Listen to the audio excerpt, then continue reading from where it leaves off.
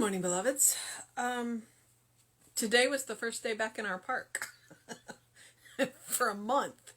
Like literally the month of May, we had somewhere else to be every Saturday. I think maybe the very first Saturday in May we may have been in the park, but then we missed 4 in a row.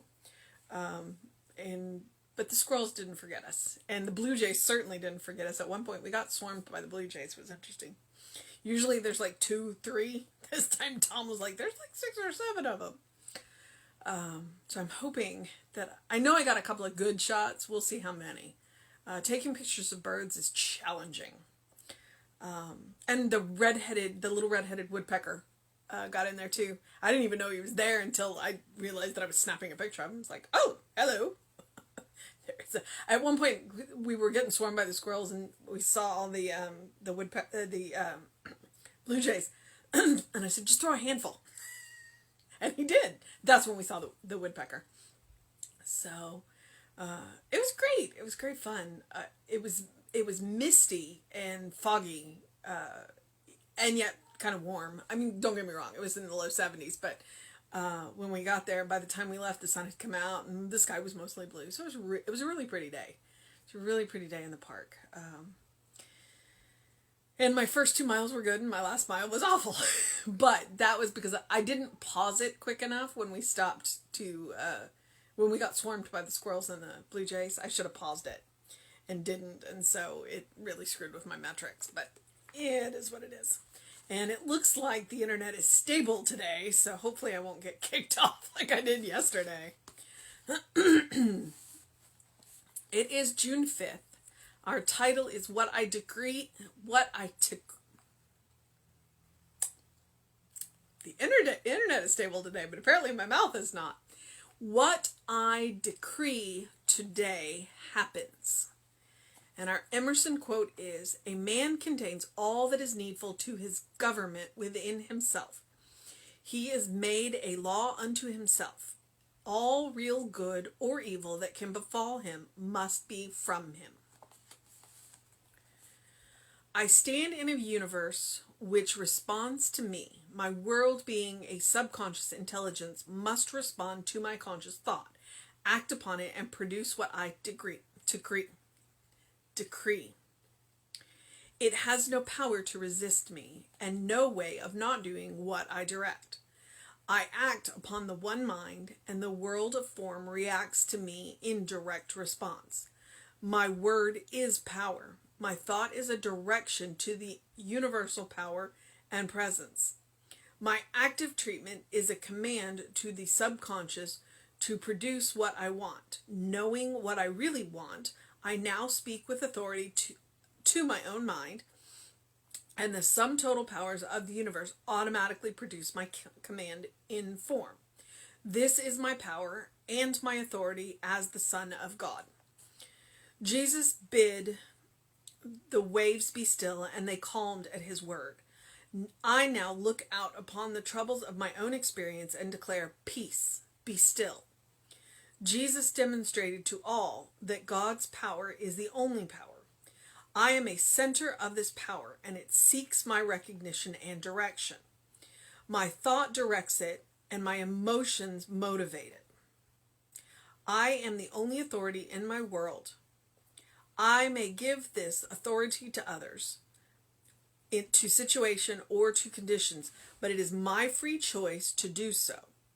God's action through me is only conditioned by me, and I now give it freedom to act for my good by directing it to do so.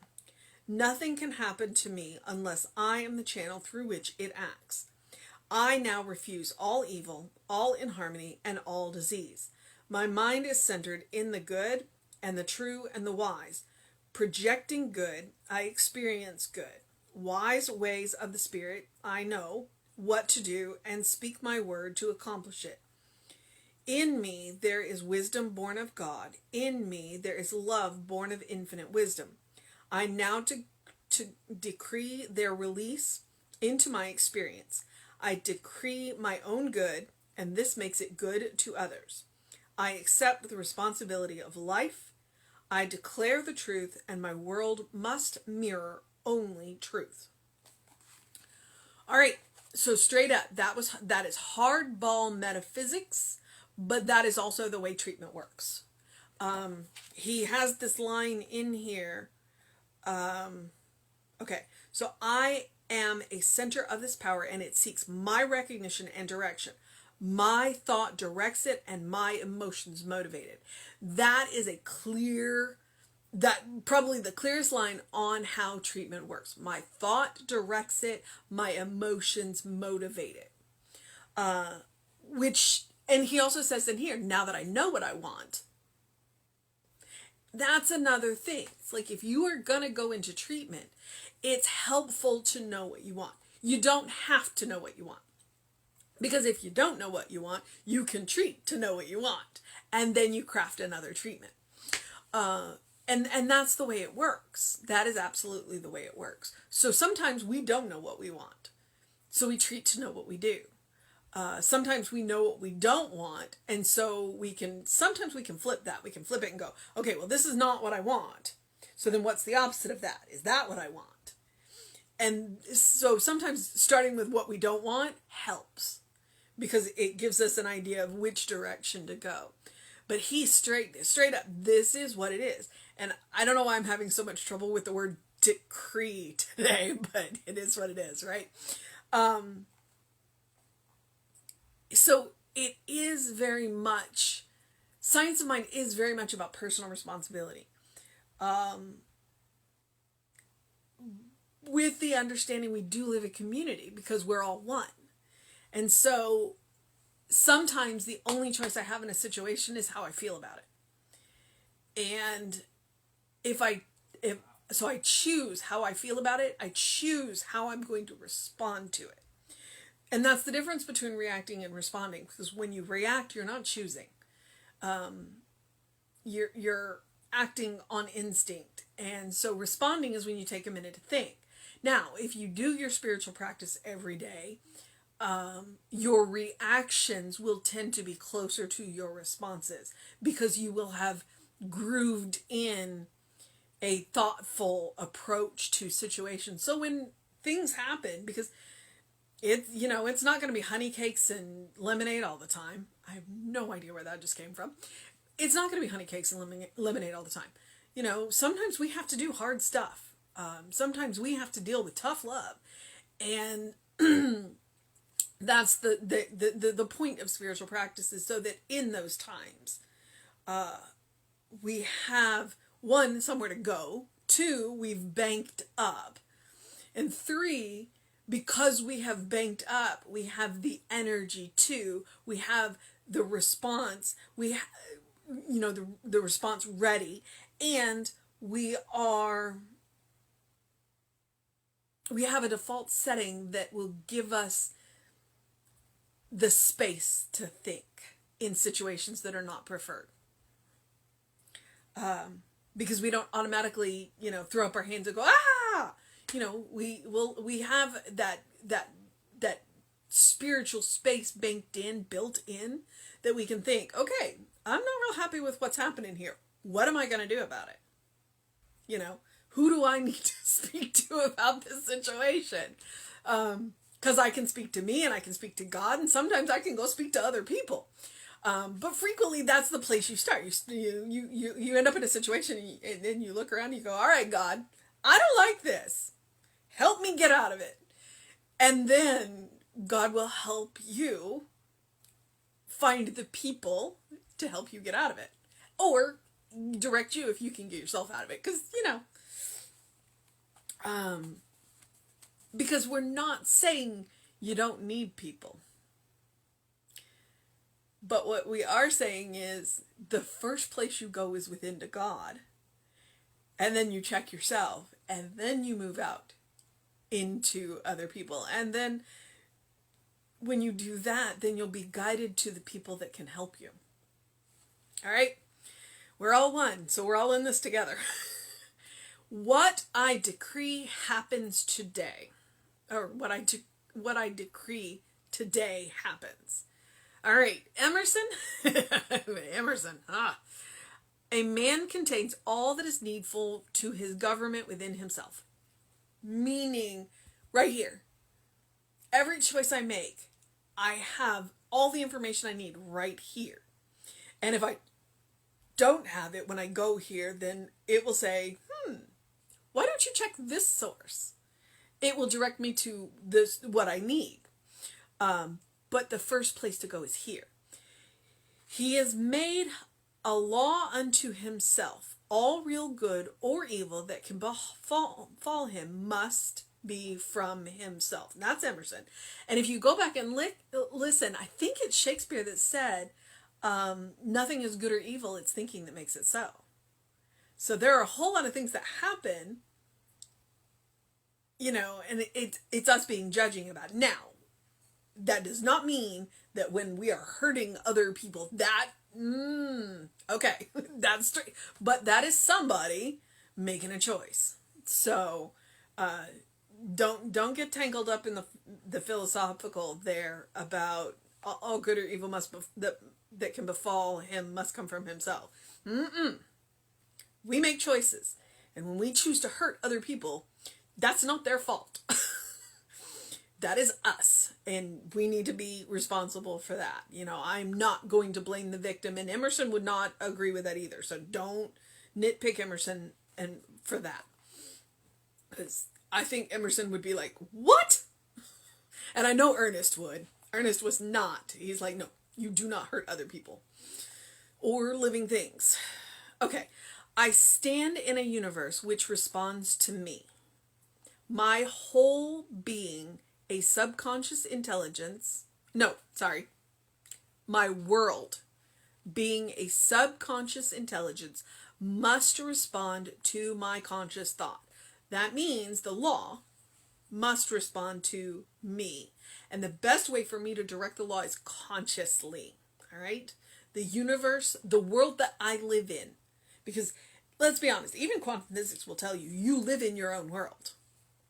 Now we share it with a lot of other living things, but nobody sees the world quite like you do, so you literally do live in your own world. And then we bump up against each other's own worlds, and then we interact and create waves and make it all kinds of interesting. All right, so my world being a subconscious intelligence must respond to my conscious thought, act upon it, and produce what I decree. It has no power to resist me. That means the law never says no. The law never says no. So what you ask for, you are going to get. So you want to make sure you know what you're asking for. It has no power to resist me and no way of not doing what I direct. That means we can get ourselves in trouble. All right? But if we get ourselves in trouble, then we can also get ourselves out. My word... Oh, no. Hang on. I act upon the one mind, and the world of form reacts to me in direct response. My word is power. Your word is power. My thought is a direction to the universal power and presence. My active treatment is a command to the subconscious to produce what I want. Knowing what I really want. Knowing what I really want. And that really is... the key to treatment is knowing what you really want. And that is going back to, do we know what we really want? Are we sure we know what we're asking for? And if we don't know, then what do we need to do to find out? And one of them is to treat for clarity, to treat for the highest and best. We don't treat for the how, we treat for the what. So it's like, and then we have to follow the impresses. Because it's like, I can't treat for $1 million, then have it materialize. That's not the way it works.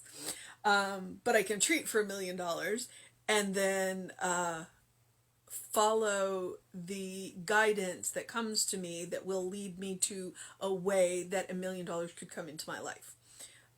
Be that through a fantastic idea. If you create a better mousetrap, the world will beat a path to your door, or whatever.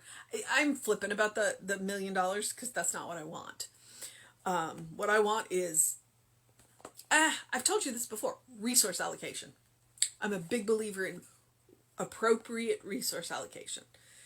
How do you treat for that? I'm still working on it. All right. So, knowing what I really want. So if you don't know what you want, treat for clarity to know what you do want. Or work with a practitioner. Or start with what you don't want and see if the opposite is what you want, and then work out from there. And feel free to continue to tweak your treatments. You don't want to do the same treatment over and over again. What you want to do is you treat, and then you treat the treatment. So it's like, this is what I want. And then the next time you do a treatment that's centered around the idea, then you'll have more information and you'll up-level your treatment. All right. Knowing what I really want, I now speak with authority to my own mind. And that's one of the reasons why knowing what you want, because when you know what you want, you will speak with more authority. I now speak with authority to my own mind, and the sum total power of the universe automatically produce my command in form. This is where we get a little impatient. It's coming. We are time bound. God is not. This is my power and my authority as the child of God, as a child of God. Jesus bid the waves be still, and they calmed at his word. I now look upon the troubles of my own experience and declare, peace, be still. Have you ever tried that? Have you ever just, because if for nothing else, when you are in a situation, if you stop yourself and go, peace, be still, then your mind kind of goes, wait, what? And you give yourself that moment. Try it. It works. Jesus demonstrated to all that God's power is the only power. I am I am a center of this power, and it seeks my recognition and direction, which means you are a center of this power, and it seeks your recognition and direction. It wants to serve you. It just needs to know what it is that you want, which means you need to know what you want. My thought directs it, and my emotions motivate it. The more clear you are on what you want, the more emotion you will likely have to wrap around it. I am the only authority in my world. Say that to yourselves. Seriously, I am the only authority in my world. Because too frequently, and he's about to say this, we give our power away. We give our power away. And sometimes there are situations where it is good to give our power away. There are situations where we want to listen to a doctor or, somebody who knows more about a situation than we do. We want to give our power away. But when it comes to that moment, it is your authority. It is your authority. So there is a power phrase for you. I am the only authority in my world. I will accept your counsel, but I am the only authority in my world. I may give this authority to others, to situations, or to conditions, but it is my free choice to do so. That's what I said. We can choose to give our authority away. There are situations where it is beneficial to give our authority away, especially in situations where our thoughts are crazy and our emotions are crazy and we just can't. So we give our authority to somebody that can hold it for a moment. And then we take our power back. All right? It is okay to occasionally give your power away. There are people who can hold that authority for you for a brief period of time. But what you have to realize is that you are giving them permission to do it, and at any time you can take it back. God's actions through me is only conditioned by me, and I now give it freedom to act for my good by directing it to do so. And so that's when we treat for clarity and highest and best. If we don't know what we want, we treat for clarity and highest and best. If I don't know what you want, I will treat for your clarity and I will treat for your highest and best. And even if you do know what you want, I will treat for what you want. And then I will treat for your highest and best. This or something better. This or something more. I'm not going to limit you. Don't limit yourself. Nothing can happen to me unless I am the channel through which it acts. I now refuse all evil, all inharmony, and all disease. My mind is centered in the good, the true, and the wise. My mind is centered. Projecting good, I experience good. I gotta give what I want to get. I gotta give what I want to get. Projecting good, I experience good. Wise ways of the Spirit, I know what to do and speak my word to accomplish it. In me, there is a wisdom born of God. In me, there is a love born of the infinite wisdom. I now decree their release into my experience. Okay? So in you is a wisdom born of God. In you is a love born of the infinite love. You can now decree their release into your experience. I decree my own good, and this makes it good to others. I accept the responsibility of life. I declare the truth, and my world must mirror only truth. If I'm declaring it, it's my truth. All right, beloveds. There's a whole lot in this one. I'm kind of enjoying their working with Emerson, but it's definitely making me work for it. So our mission today, should we choose to accept it, and here's what I would say. Our mission today, should we choose to accept it, is peace. Be still. Because if we practice it now while things are good, then when they get a little out of hand, it's one of our tools. It's in our toolbox. It's good. It's good. All right, beloveds.